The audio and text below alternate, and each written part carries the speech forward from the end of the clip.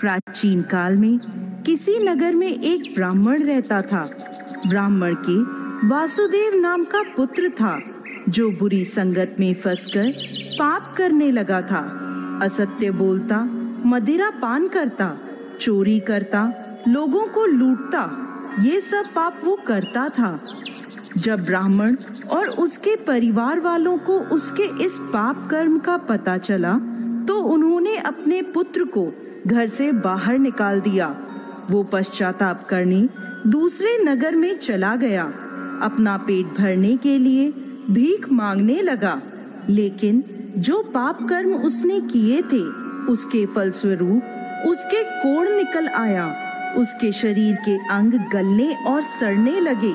वो अत्यंत दुखी रहने लगा और नदी किनारे एक वृक्ष के नीचे अपनी कुटिया बनाकर उसमें रहने लगा।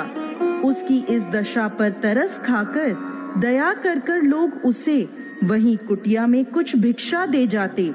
कोई खाने को दे जाता तो कोई पहनने को वस्त्र आदि दे जाया करता था, जिससे उसका गुजारा होने लगा। वो हर रोज नदी से जल भरकर लाता और कुटिया के पास मिट्टी में दबी एक शिला पर रख देता।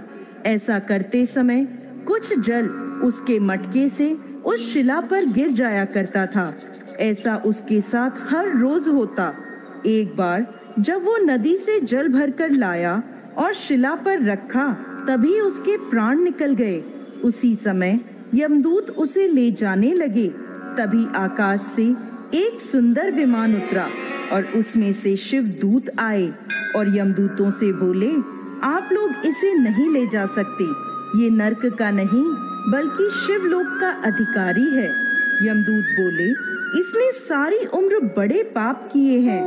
इसके पाप कर्मों के फलस्वरूप इसके परिवार ने भी इसे त्याग दिया, इसलिए ये नर्क के योग्य है। ये सुनकर शिवदूत बोले, इसने भगवान शिव को जल अर्पित किया है।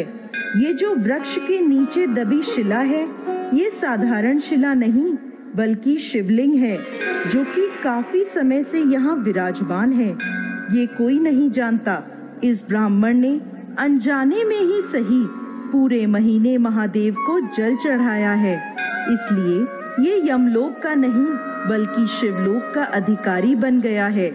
ऐसा कहकर शिवदूत उसे विमान में बैठाकर शिवलोक ले गए।